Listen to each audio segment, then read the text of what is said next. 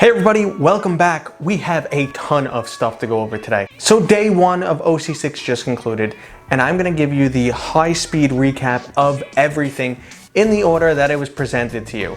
Now, this conference started off with a bang. Zuckerberg came out full steam ahead, pulling no punches, and right off the bat, he announced three major things. The first one, something I've wanted, that's been rumored, speculation, is actually a tether. You will be able to, starting in November, they're introducing the Oculus Link. You will be able to tether your Oculus Quest to a PC and play Rift games. This basically makes the Rift S obsolete because this has a better screen.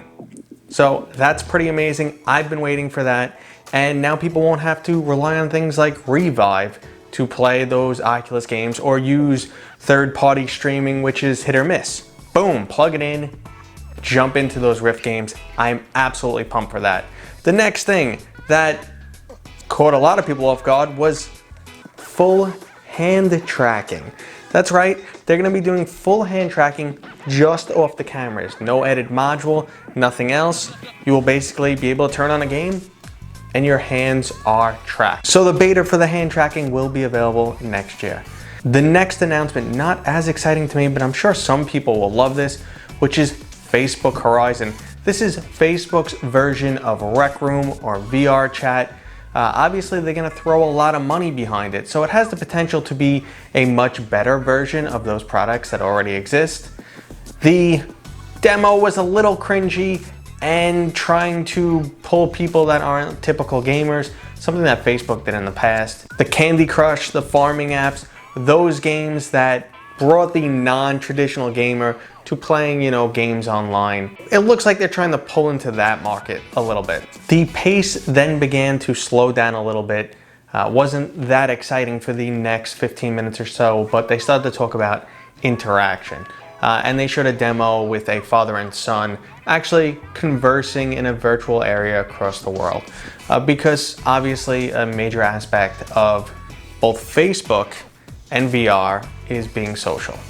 Now this segued into live maps and AR technology. They are working on AR glasses and the ability to actually basically render your real environment. So you would be able to have these AR glasses and interact between your environment, other people's environments, and with other people.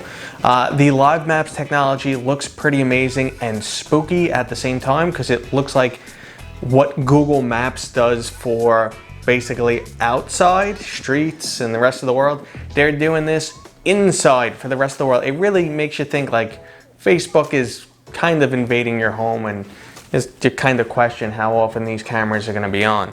At least that was a feeling I got. I felt like it was just fuel for the Terminators to kill us in the future. Then things started to get exciting again because they started to go into Oculus Quest information. We are getting an update to the pass-through system. We're getting pass-through plus.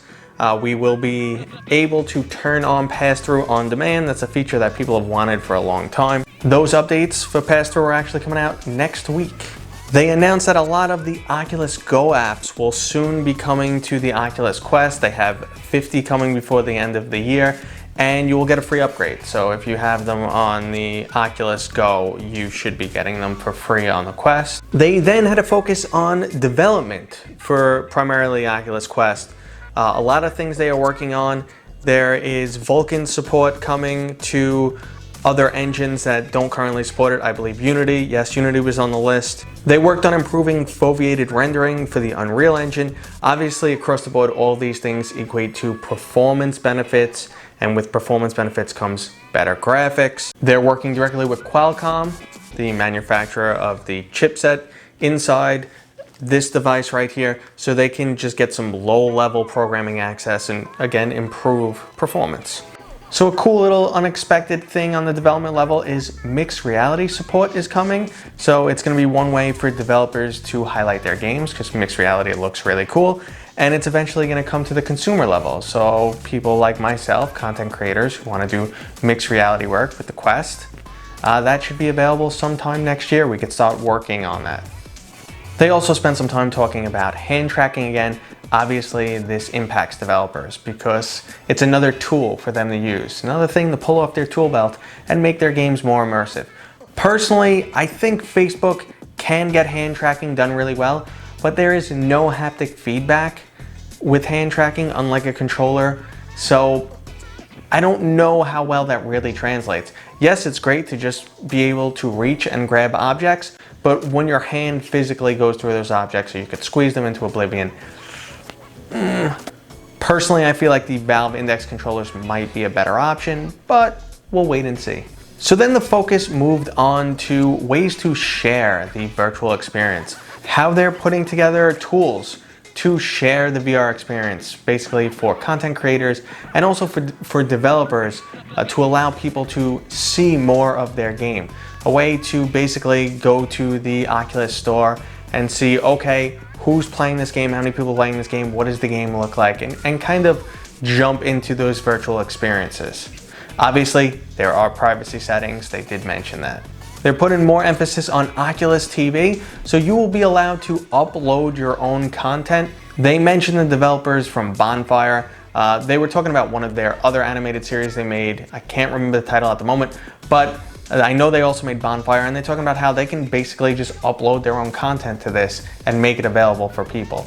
So not only is that great for developers, it's also good for content creators who want to do stuff like 360 video, and it becomes a marketplace, and it has the potential to encourage more VR animated series, something I would love to see. There was then some focus on the business side of VR. They were talking about how things like virtual tours have been instrumental for training, and then there was a presentation from Johnson & Johnson where they talked about their training surgeons in VR and how the success rate is much higher. You can have a surgeon who has never physically worked on a person before in their life and has only used VR and can immediately go into surgery. And they said 83% of those people in their medical residency were able to perform a surgery just from practicing in VR. They said the traditional techniques are just inferior compared to using VR.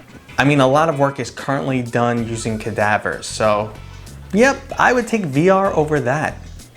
So then they turned up the notch again on this presentation and started talking about games. They started talking about how VR is starting to have platinum titles that are selling more than 1 million copies. They talked about how Superhot had a 300% increase in sales on the Quest. They had the developers of Beat Saber come out with 2 announcements. One is Beat Saber 360 mode will be available in December, and then next week they have a new audio pack coming out called Panic at the Disco. They were very happy to promote the fact that there are 100 new games coming out by the end of the year.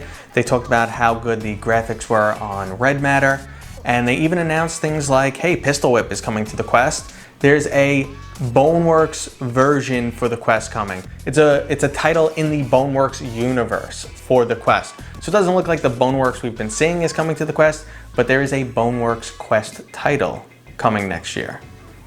And then we jumped into big title games. Vader Immortal is out. You can get it right now. I've already purchased it and downloaded it. I'm playing it tonight.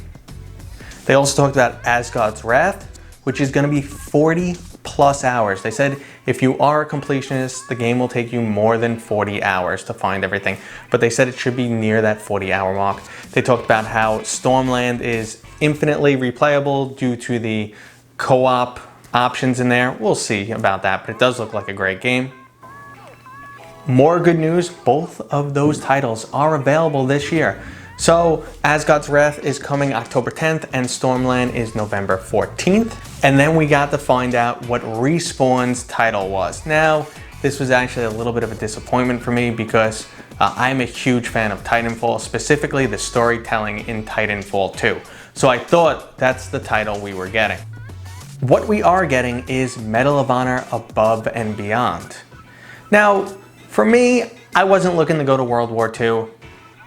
I was never a Medal of Honor fan, but it does look like it's going to be a good game. And one of the ways they described it is you're always in a state of stress. There's always a lot going on. It's a battlefield. And you know what? That can translate in VR amazingly. If you want to know more about that game, Tested actually already has a hands-on up. They launched their hands-on video about the game the second Oculus made the announcement. And last on the conference was a big discussion around the future of VR. And they also talked about all the other future things they're working on, all the advancements they're trying to make and what their ideal picture is. And they showed off some amazing optics technology. So in the optics department, they had a varifocal system, which basically was 6 different clear lenses that they could turn on and off, changing the focal point. So when you had an object in VR, it stays in focus no matter where you place it. Obviously, this is prototype stuff. This is not readily available. They talked about codec avatars, which is a full body representation. They showed off some pretty amazing face tracking. And then they just talked about all the other things they're also working on, like the live maps and integrating everything together. So having a live map, basically a full representation of your environment. Having the pass-through system so well that you can basically jump between VR and the real world, like using a keyboard, you know, with absolutely no delay or anything that would slow you down.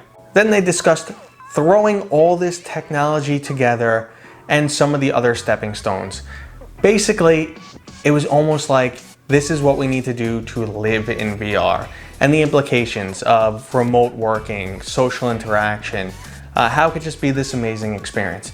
And I said, well, we're not there, but we're building that future. And guys, that's day 1 of OC6. I hope you enjoyed this video. If I did not go into enough detail, go watch the video. It's 2 hours. It gets a little boring here and there, but for the most part, I watched the whole thing. It was extremely entertaining, and I'm looking forward to tomorrow. Don't know if I'm gonna be covering day 2. Like I said, I hope you enjoyed this video. If you did, give it a thumbs up, subscribe. I'm always talking about the Quest, the Rift, everything VR. I have Cosmos coverage coming in the near future, and like I said, I'm gonna be playing Vader Immortal tonight, so there'll be footage of that really soon. I'm gonna be testing it on Revive for those who are curious. All right, guys, thanks for watching.